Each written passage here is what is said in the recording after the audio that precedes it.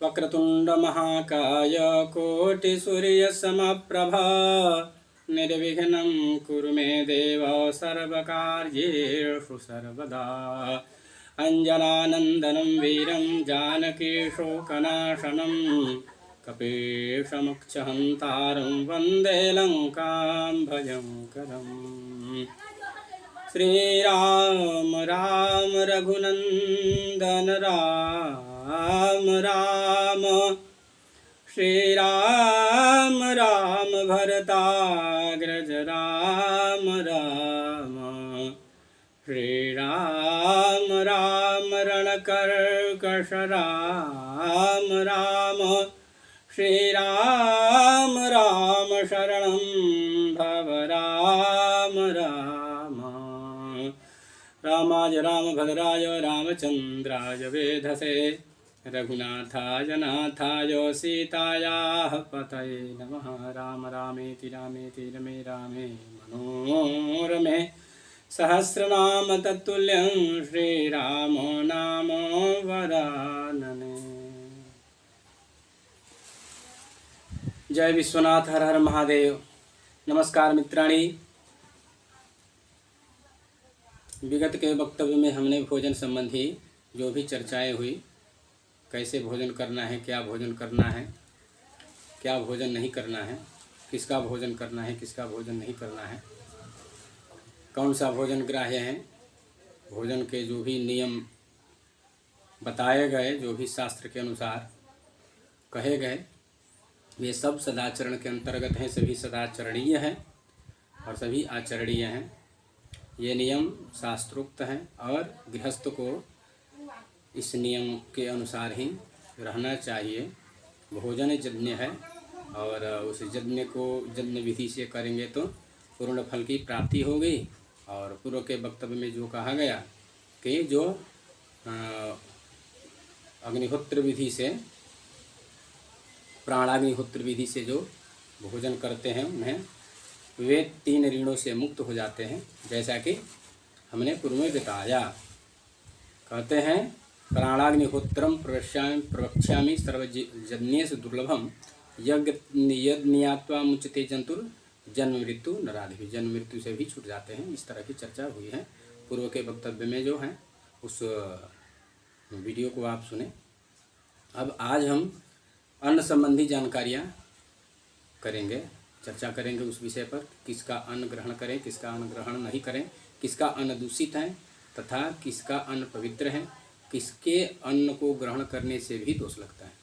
कुछ ऐसे जन हैं जिसका अन्न लेना पाप है, तो हम इस चर्चा में करेंगे। तो अभी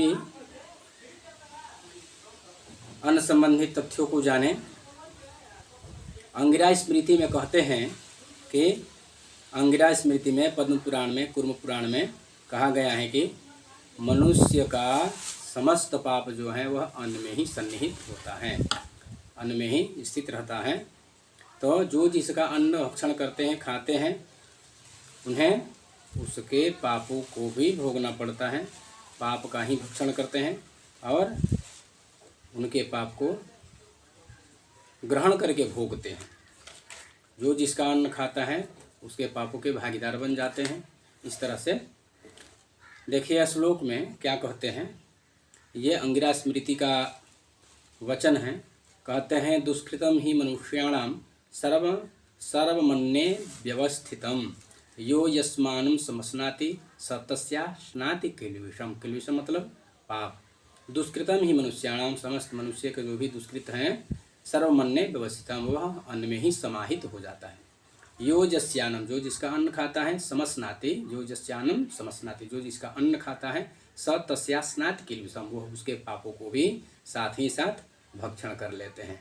इस तरह से ये कूर्म पुराण में कहते हैं और पद्म अंगिरा स्मृति में कहते हैं। और पद्म पुराण और कूर्म पुराण में भी इसी वचन को दोहराते हैं। इसी वचन को ही कूर्म पुराण और पद्म पुराण में दोहराया गया है। दुष्कृतम ही मनुष्याणाम मन्नम आश्रित्य तिष्ठति यो यस्यान्नं समश्नाति स तस्या स्नाति किल्बिषम। थोड़ा सा पहले वाले चरण में, पहले वाले श्लोक भाग में ये थोड़ा परिवर्तित करके कहते हैं कि दुष्कृतम ही मनुष्याणाम मन्नम आश्रित्य तिष्ठति। मनुष्य के जो भी दुष्कृत हैं वह अन्न के आश्रित होकर बैठ जाते हैं, अन्न में ही आश्रित होकर स्थिर हो जाते हैं, स्थित हो जाते हैं। तो जो जस्यान्नम समस्नाति, जो जिसका अन्न खाता है, ग्रहण करता है, स तस्यास्नाति किल्बिषम, वो उसके पापों को भी ग्रहण कर लेते हैं। इस तरह से ये अंगिरा स्मृति पद्म पुराण और कुरुम पुराण में वचन कहे गए। इसलिए सबसे पहले तो मनुष्य को पाप कर्म करना ही नहीं चाहिए, और जो भी ज्ञात या अज्ञात अनवधान से जो भी पाप हो तो उन पापों को निराकरण के लिए एकमात्र यही उपाय है दान। तो दान ऐसा नहीं कि ब्राह्मण को ही दान दिया जाए, दान जो दिया जाए वही दान है, लेकिन ब्राह्मण को जो दान दिया जाता है वह धर्मार्थ है, और जो भी दान्य है वह करणीय है, कर्तव्य है, और उसका भी पुण्य है, वह भी धर्म ही है, लेकिन उसका पुण्य भी अलग है। तो ये कहते हैं कि जो भी अतिथि भिक्षुक ब्राह्मण सन्यासी गाय कुत्ता कौआ पिपीलिका आदि को देते हैं तो वो अपने अज्ञात जनित जो भी पाप हो जाते हैं वह धीरे धीरे अपने को उस पाप से मुक्त होने की यह प्रक्रिया की गई है, प्रक्रिया बनाई गई है, यह विधि है। ऐसे देते रहने से, किसी को खिलाते रहने से, अपने अन्न का भाग देने से अपना ही जो किल्बिष है धीरे धीरे कटता रहता है। इसीलिए पूर्व में कहे गए हैं कि अतिथि यस्य भग्नासो, जिसके दरवाजे पर कोई अतिथि आ जाए उसको तृप्त करें, कोई भिक्षुक आ जाए तो उसको खाली हाथ ना लौटाएं। खाली हाथ लौटाने से क्या होगा कि उसके जो भी पाप हैं वह पाप हमारे पास चला आएगा, और हमारा जो भी पुण्य है वह साथ लेकर चला जाएगा। इसलिए अपने पाप के क्षय हेतु यह बहुत बढ़िया विधान है कि किसी को कुछ न कुछ देते रहें जिससे पाप कटता रहे। यही अनायास ही प्रायश्चित होता रहता है। तो इसलिए अपने भोजन के, अपने अन्न में विभाग करें, विभाग करना चाहिए, विभाग करके सबको उसमें, क्योंकि गृहस्थ आश्रम से सभी चराचर प्राणी आश्रित हैं, इसी से जीवन धारण करते हैं। तो किसी न किसी रूप में किसी न किसी को सदा अपने अन्न का भाग देते रहना चाहिए। अब कहते हैं कि मंदिरादि देवस्थान मठ आश्रम पुजारी पुरोहित आदि के जो भी अन्न है, धन है, लोभवश मोहवश या अज्ञानवश या जो भी हो प्रमादवश, उनका अन्न धन ग्रहण नहीं करना चाहिए, उनका हरण तो करना ही नहीं चाहिए। यदि लोभवश कोई ग्रहण करता है तो उनका लोक और परलोक दोनों बिगड़ जाता है। कहते हैं कि लोक तो बिगड़ते ही हैं, उनके परलोक का भी सत्यानाश हो जाता है। इसलिए मंदिर आदि, मंदिर का धन, मंदिर का अन्न, देवस्थान का धन संपत्ति अन्न आदि, मठ का अन्न संपत्ति, आश्रम आदि का, पुजारी का, पुरोहित का, ब्राह्मण का अन्न कभी भी नहीं ग्रहण करना चाहिए। विशेष करके पुजारी पुरोहित आदि का अन्न ग्रहण नहीं करना चाहिए। तो ऐसा ये महाभारत में कहते हैं कि कुंडानम गोलकानम च देवलान्नम तथैव च तथा पुरोहितस्यान्नं भुक्त्वा तु नरकं व्रजेत। जो यह खाता है कुंडानम मंदिर आदि का, देवस्थान आदि का, गोलकानम गोलकान वर्णशंकर आदि में ऐसे आते हैं, देवलानम, देवल मतलब पुजारी, पुरोहित या पुजारी हैं, पुरोहित हैं, देवलानम पुरोहित पुजारी ही कहे जाते हैं। देवल जो मंदिरोपजीवी हैं वे सभी देवल हैं, देवल की गति नहीं होती, ये नरक में जाते हैं। तो तथा पुरोहितस्यान्नं, और पुरोहित का अन्न भुक्त्वा तु नरकं व्रजेत, वह खाता है तो वह निश्चित ही नरक में जाता है। तो भाई अगर किसी भूलवश खा लिया तो उसके लिए क्या कहते हैं, तो चंद्रायणम व्रतेभ्यस्तु न प्रायश्चितम भवेत। ये कहते हैं कि जो देवल पुजारी का, पुरोहित का, मंदिर देव स्थान आदि का, मठ मंदिर आश्रम आदि का जो अन्न ग्रहण करते हैं, तो चंद्रायण व्रतेभ्यस्तु, कितना भी चंद्रायण व्रत कर लें, न प्रायश्चितम भवेत, उसका प्रायश्चित ही नहीं है। इसलिए हमें बचना चाहिए। अष्टांग हृदय में कहते हैं कि शत्रु का अन्न, यज्ञ का अन्न, गण का अन्न, गण मतलब समूह, समुदाय, संघ आदि, गण का वेश्या का अन्न और सूदखोर का अन्न, जो सूद सूद पर ब्याज पर जीवित रहते हैं, ब्याज से ही अपना चलाते हैं, तब सूदखोर का अन्न अत्यंत गर्हित होता है।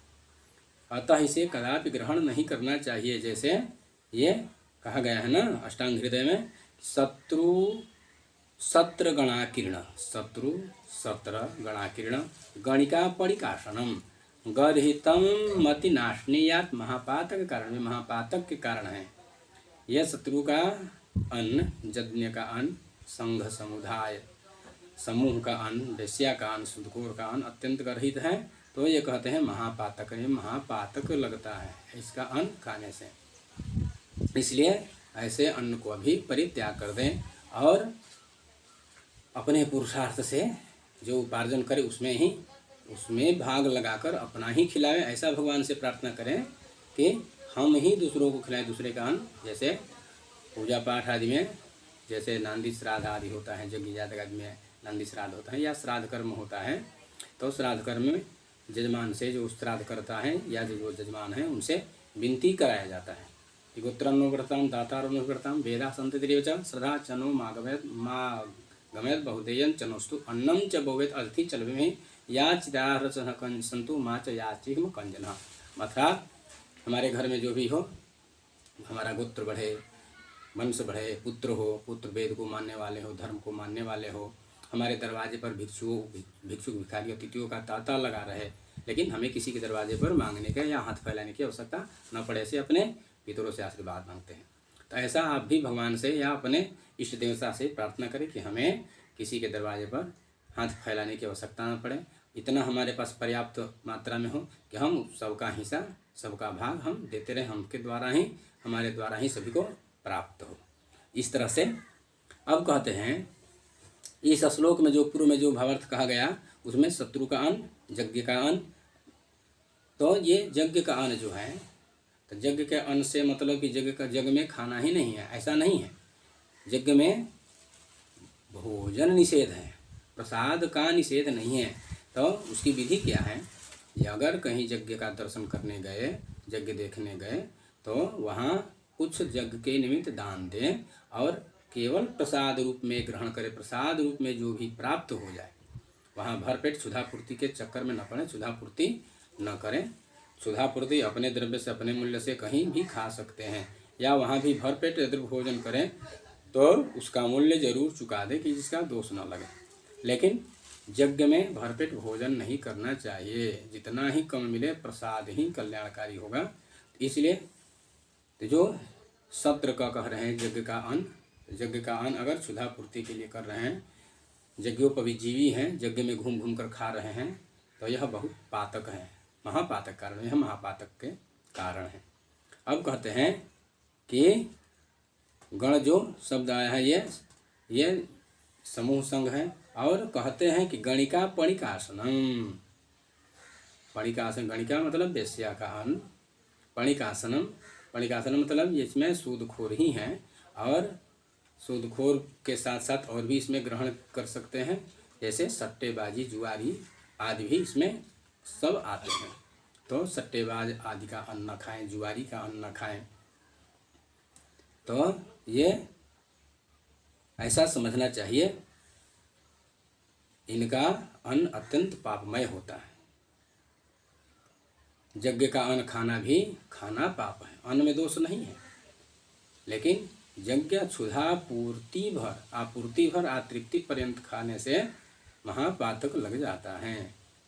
मनु जी कहते हैं कि पिशुना नृतिनोश्चानम क्रतु विक्रयणस्तथा शैलूस तन्नुवायांतम कृतघ्ना यन्नमेव च। ये मनु जी कहते हैं कि इनका अन्न नहीं खाना चाहिए।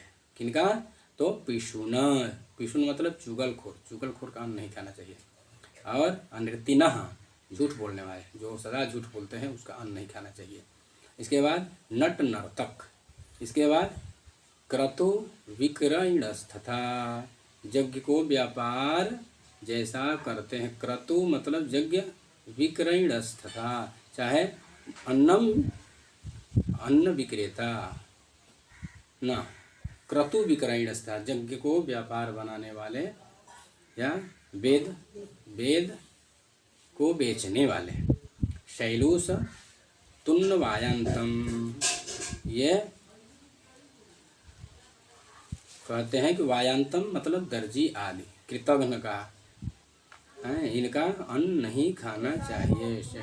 शैलूष तुन्नवायंतम, नट नर्तक दर्जी और कृतघ्न, कृतघ्न का अन्न नहीं खाना चाहिए, ऐसा मनु जी कहते हैं।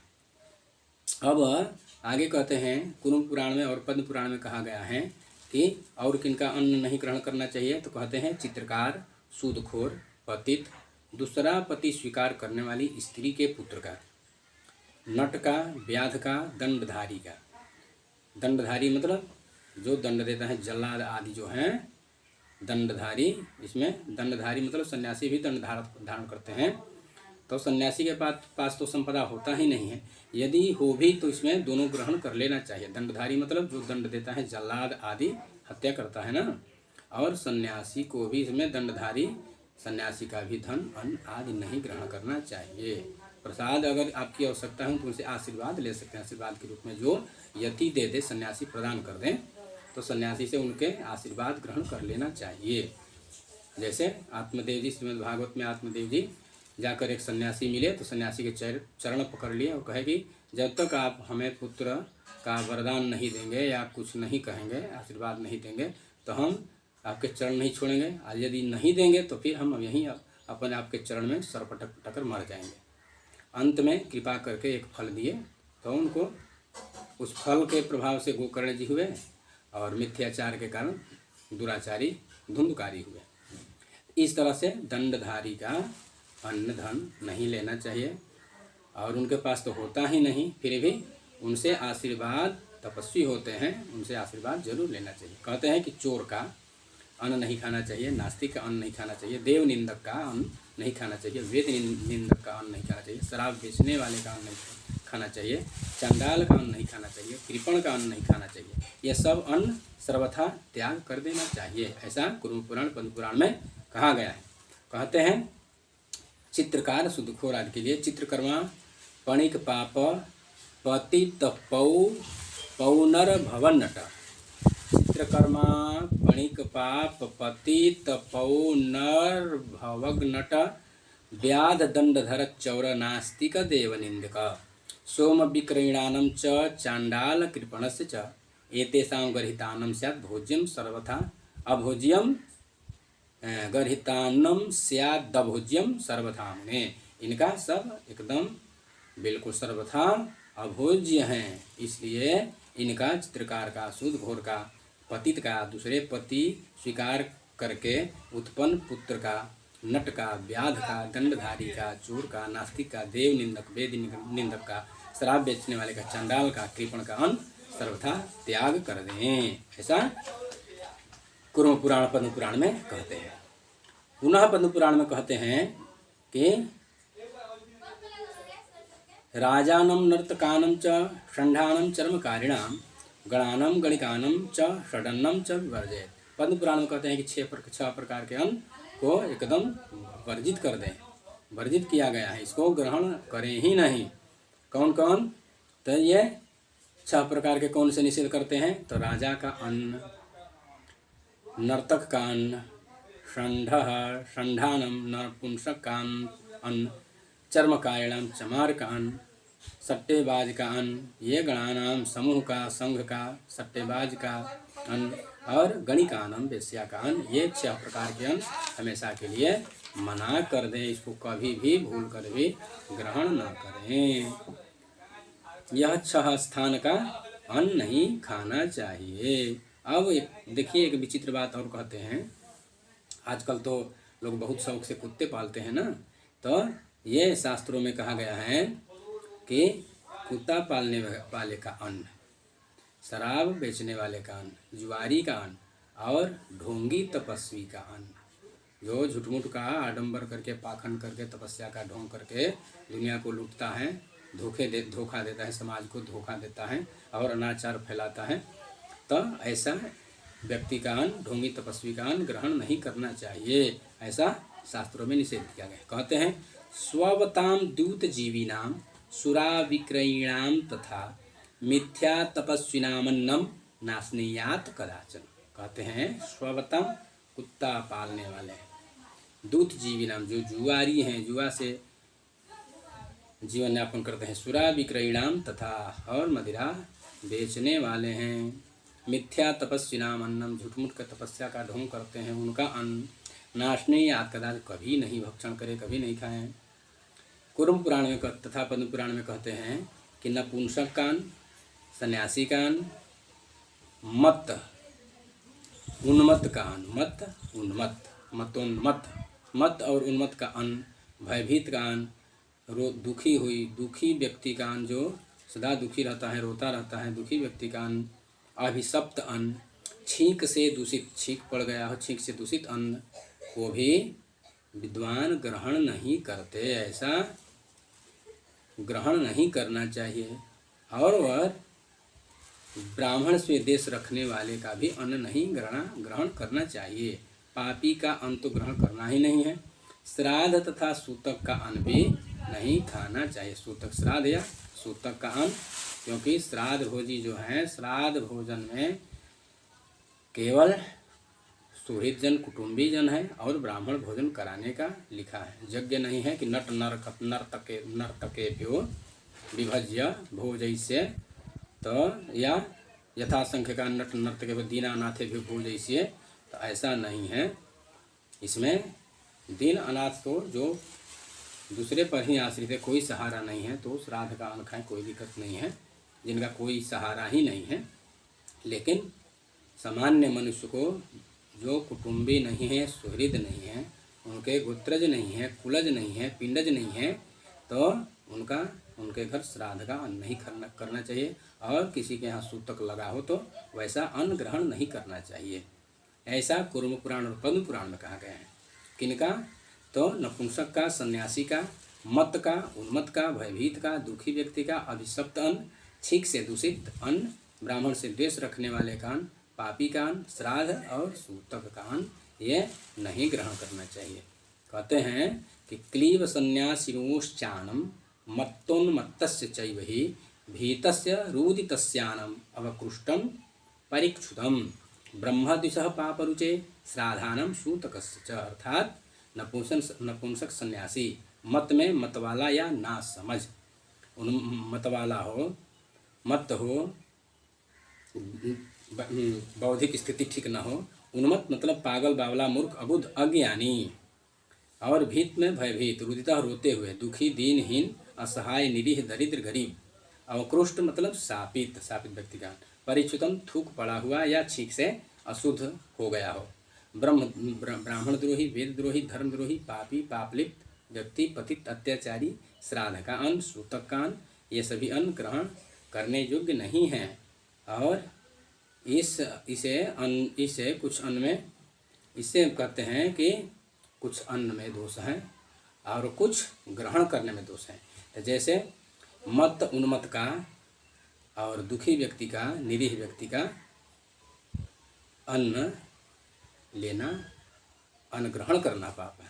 अन्न में दोष नहीं है, अन्न लेने में दोष है। और सब जो अन्न है, सन्यासी का अन्न लेने में दोष है। सन्यासी का जो भी धन है वह पवित्र होता है, लेकिन लेने में वह महापाप है, लेना नहीं चाहिए। और ये जैसे ये नपुंसक का धन जो है, उसके लिए, नपुंसकों के लिए उपभोगी हैं, वो लोग उपभोग करें। चाहे नपुंसक का दीनहीन, जो असहाय जो जन है, वे लोग ग्रहण कर सकते हैं, लेकिन साधारण व्यक्ति, साधारण गृहस्थों के लिए ये सब ग्रहण करने योग्य नहीं है। अंगिरा स्मृति, महाभारत शांति पर्व, मनुस्मृति, स्कंद पुराण, वृद्ध गौतम स्मृति में भी कहा गया है कि राजा का अन्न तेज को हरता है। राजा का अन्न जो ग्रहण करते हैं ना, राजा के अन्न से तेज नष्ट हो जाता है। शूद्र के अन्न से, जो ब्राह्मण शूद्र का अन्न ग्रहण करते हैं, उनका ब्रह्म तेज नष्ट हो जाता है। जो संघ समुदाय का अन्न ग्रहण करते हैं तथा वेश्या का अन्न ग्रहण करते हैं, जो संघ समुदाय आदि बनाकर, जैसे पाखंड रचाए हैं ना, बहुत लोग नया नया संघ समूह बनाते हैं लूटने के लिए दुनिया को, उसे कुछ होना जाना नहीं है, कुछ करते नहीं हैं, केवल जितना हो उतना मोटी रकम लपेटने के चक्कर में बहुत सारे संघ बने हैं। लेकिन कोई संघ कुछ भी भारत के लिए, देश के लिए, राष्ट्र के लिए, संस्कृति के लिए कुछ नहीं कर रहा है। तो ये समुदाय का अन्न और वेश्या का अन्न जो है ये स्वर्ग आदि पुण्य लोकों को नष्ट करते थे। इसलिए किसी समुदाय का अन्न ग्रहण नहीं करना चाहिए, वेश्या का अन्न ग्रहण नहीं करना चाहिए।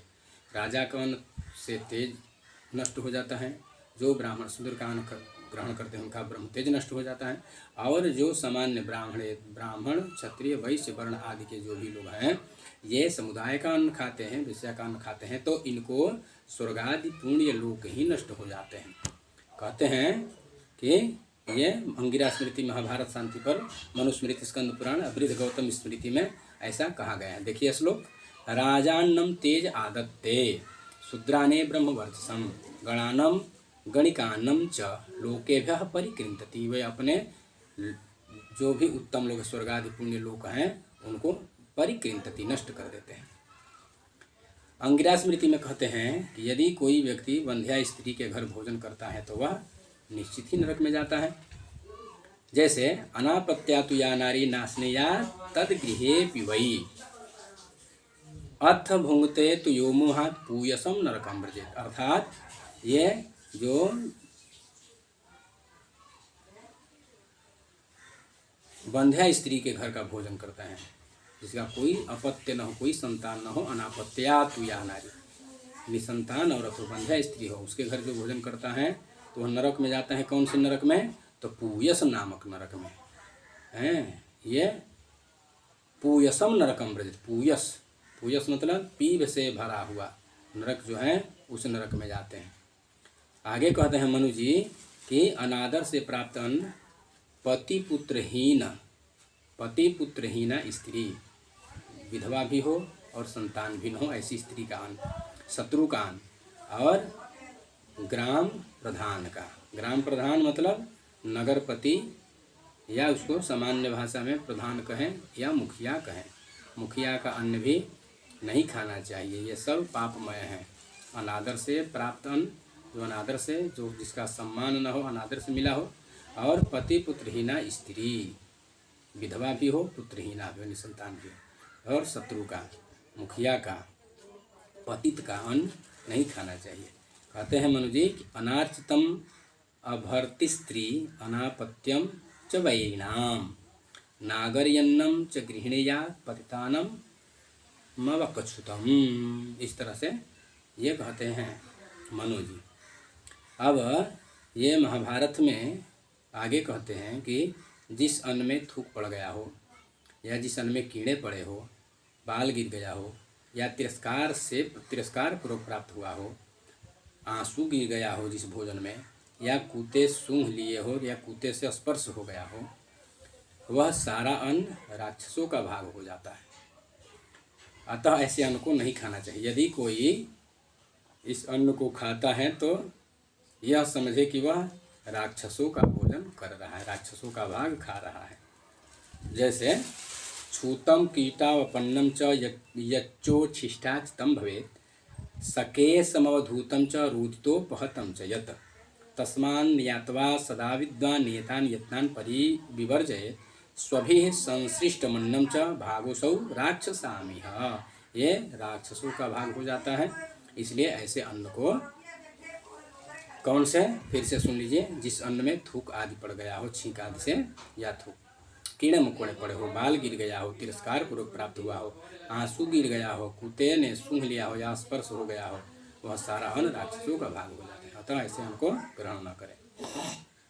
आगे अत्रि संहिता में कहते हैं कि जब तक अपनी विवाहिता पुत्री की संतान न हो तब तक पिता उसके घर का भोजन अन्न ग्रहण न करें। यदि मोहवश या किसी कारणवश या प्रमादवश या जैसे भी हो, यदि पिता उस पुत्री के घर का अन्न खाता है तो निश्चित ही वह भी नरक में जाता है।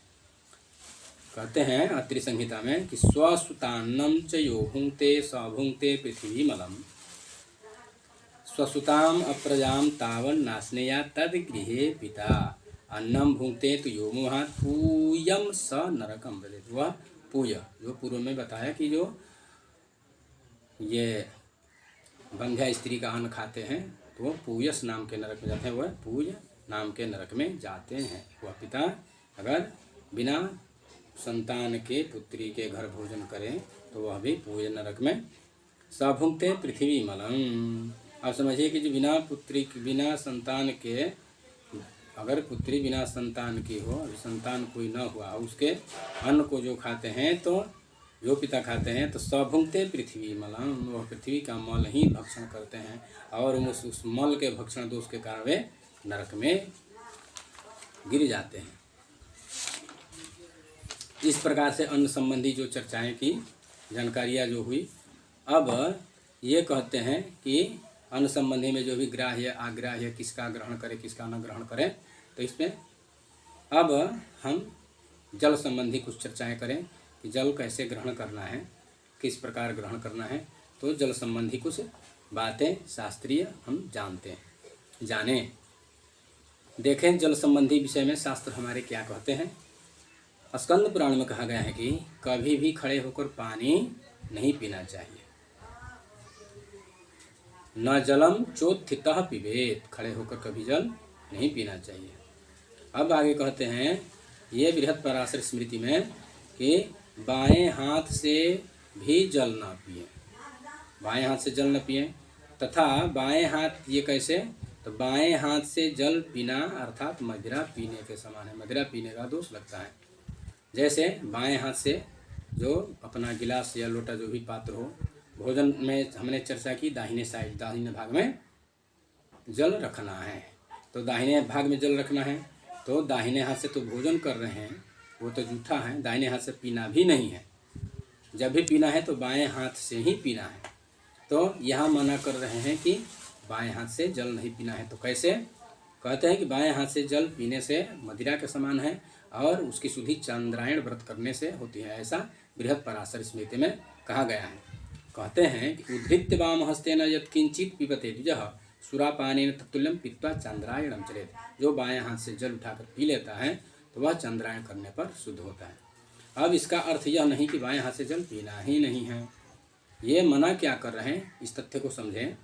कहते हैं कि बाएं हाथ से उठाकर बिना दाहिने हाथ का स्पर्श किए मणिबंध, जो बताए ना नियम, बाएं हाथ से जल उठाइए, दाहिने हाथ के मणिबंध इस भाग कीजिए, या ये मणिबंध ये है, ऐसे करके गिलास लीजिए और ऐसे करके ऐसे पीने से कोई दोष नहीं है। लेकिन बाएं हाथ से उठाकर ऐसे बिना हाथ लगाए दाहिने हाथ का स्पर्श किए पीने से इस दोष को यहाँ कहते हैं कि जो बाएं हाथ से उठाकर जल पीते हैं तो वो मदिरा पान के समान है और अशुद्धि हो जाती है, अपवित्र शरीर हो जाता है, दोष लग जाता है, जिस दोष को निवारण के लिए चंद्रायण करना पड़ता है। इसलिए कोई व्रत तो उपवास हो नहीं रहा है, दूसरे में चंद्रायण व्रत इतना कठिन कौन करेगा। इसलिए पहले से ही हमें सावधान रहना चाहिए कि इस चंद्रायण व्रत का कोई आवश्यकता ही न पड़े।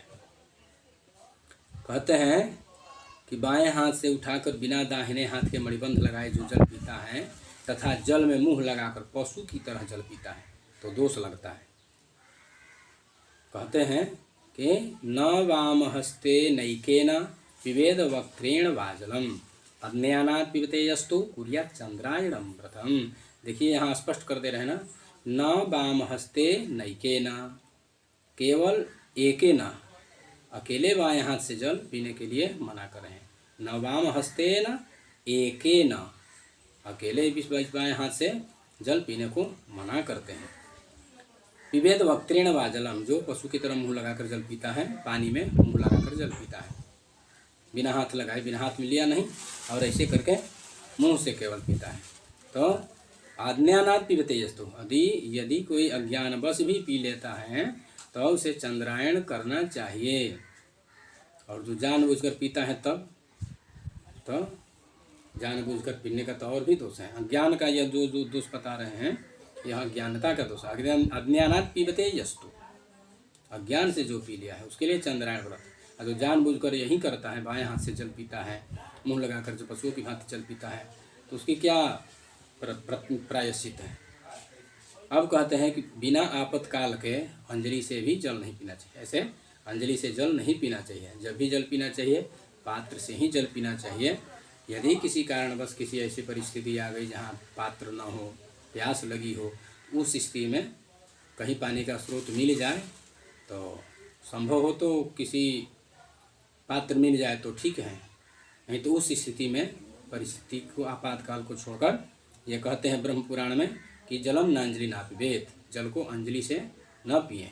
गरुड़ पुराण में भी कहते हैं पिबे नांजलि नातोयम, पिबे नांजलि नातोयम, अंजलि से जल न पिए। ये गरुड़ पुराण ब्रह्म पुराण आदि में यह ऐसा कहा गया है। लेकिन विकट परिस्थिति में जहाँ पात्र न हो, प्यास से प्राण निकल रहे हो, तो सबसे पहले प्राण की रक्षा आवश्यकता है, तभी धर्म। शरीर माध्यम खलु धर्म साधन, शरीर रहेगा तभी धर्माचरण हो संभव है।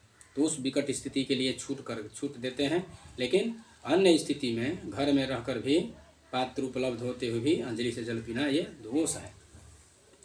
अब कहते हैं महाभारत में कि यदि पानी पीते पीते जल की बूंद, भोजन कर रहे हो, पानी पी रहे हो और पानी पीते समय जल की बूंद मुंह से निकलकर भोजन में गिर जाए तो वह भोजन खाने लायक नहीं रहता, उस भोजन को ग्रहण नहीं करना चाहिए। तथा पानी पीने से बचा हुआ जल बाद में नहीं पीना चाहिए। ऐसा एक बार पानी पी लिए तो उस समय भोजन कर रहे हैं, तो भोजन तो कर रहे हैं, तो भोजन जब तक चलेगा तब तक वह पानी बचा हुआ पी सकते हैं, लेकिन भोजन से उठ जाने के बाद फिर वह जल पीने लायक नहीं। दूसरी बात यह है, जैसे हम सफ़र करते हैं, यात्रा करते हैं, बाटल खरीद लेते हैं, तो बाटल खरीद लिए, बाटल से पानी पे आधा पिए फिर रख दिए, फिर प्यास लगी तब वह पीने योग्य नहीं रहता। पानी खरीद लिया तो पूरा पानी को पी लीजिए, या तो उसको अपने गिलास में डालकर जितना पीने की इच्छा हो उतना ले लें, इसके बाद रख दें और बाकी पानी पिएं, तो उसमें दोष नहीं लगता। लेकिन उसी बाटल से पानी पीकर रख दें और फिर बाद में पिएं तो यह दोष है, ऐसा पानी नहीं पीना चाहिए। कहते हैं कि ये महाभारत में ऐसा लिखा है कि पिबतः पतिते तो ये भोजने मुख निःसृते अभोज्यम तद बीजानीयाद भुक्ता चांद्रायणम चरे पीत शेषम तो तन्नाम न पेयम पांडुनंदन। हे पांडुनंदन, पीते पीते जल की बूंद मुँह से निकलकर भोजन में गिर जाए तो वह भोजन अखाद्य है, और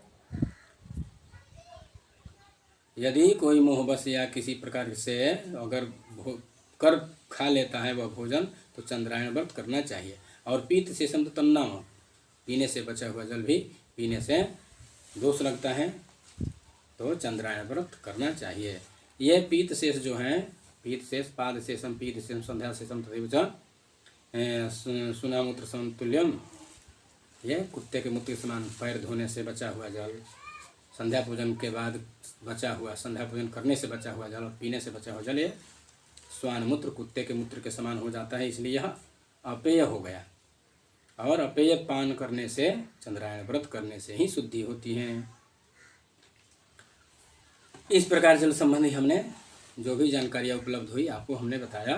अब कुछ दूध संबंधी जानकारियों को भी समझें, देखें, सुने कि दूध संबंधी क्या विचार है। तो दूध संबंधी विचार के लिए अग्नि पुराण में कहते हैं कि गाय, भैंस और बकरी का दूध ग्रहण किया जा सकता है, यह ग्रहण करें। इसके सिवाय अन्य सभी पशुओं का जो दूध है सभी दूध अग्राह्य है। तथा जो गाय, भैंस या बकरी जो है 10 दिन ब्याने के 10 दिन के भीतर का दूध किसी काम में नहीं लेना चाहिए।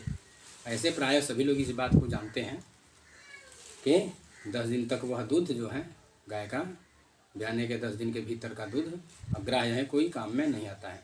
लेकिन उससे दूध से जो भी निर्मित बनते हैं, सामान्य व्यवहार में लोग चलते हैं हमारे यहाँ, तो गाय जब ब्याती है तो उसका दूध का जो भी बनता है वो पनीर टाइप का पीला पीला, उसमें गुड़ डालकर आस पड़ोस में लोग बांटते हैं और बड़ी प्रसन्नतापूर्वक सब खाते हैं। बचपन में हम भी खाया है, जब इसका ज्ञान नहीं था तब तक हमने भी इसको ग्रहण किया है, लेकिन यह ग्रहण करना नहीं चाहिए। कहते हैं गवाम च महिषीणाम च वर्जित्वा तथाप्यजाम सर्व क्षीराणि वर्ज्यानि तासाम चैवाप्य निर्दर्शनम, अर्थात गाय, भैंस और अजाम तथापि अजाम बकरी का दूध ग्रहण करने योग्य हैं, लेकिन सर्व क्षीराणि वर्ज्यानि तासाम चैवाप्य, इसके अलावा इसके अतिरिक्त जो भी हैं सभी पशुओं का दूध अग्राह्य है। आगे कहते हैं कि ब्याने के 10 दिन के भीतर का दूध तथा भेड़, बकरी, गाय गर्भिणी गाय भैंस बकरी का दूध है, ये ब्याने के 10 दिन के भीतर का दूध तथा भेड़ का दूध, गर्भिणी गाय भैंस बकरी का दूध, जंगली पशु का दूध, स्त्री का दूध, मरे हुए बछड़े वाली गाय का दूध नहीं पीना चाहिए, ऐसा शास्त्रों में उल्लिखित है।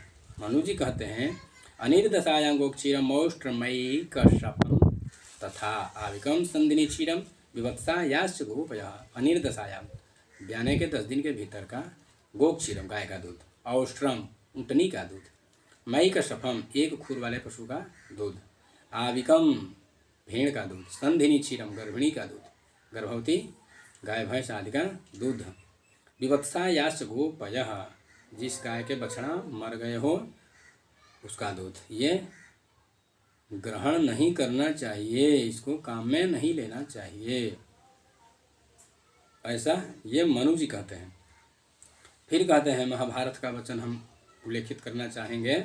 कहते हैं कि जो छोटे बछड़े वाली गायों का दूध दूहकर पी जाते हैं तो उनकी संतानें नष्ट हो जाती हैं तथा उनके वंश का क्षय हो जाता है, ऐसा महाभारत का वचन है। जो छोटे बछड़े हों, जिस गाय के छोटे बछड़े हों और मनुष्य जो है जिसके घर की गाय हो और उसका दूध दूहकर पी जाते हों, बछड़े को न मिल पाता हो, बछड़े को बहुत कम उसके उसके पोषण भर दूध न मिल पाता हो, तो उनकी संतानें नष्ट हो जाती हैं तथा उनके वंश का क्षय हो जाता है। इसलिए ऐसे महापराध नहीं करना चाहिए।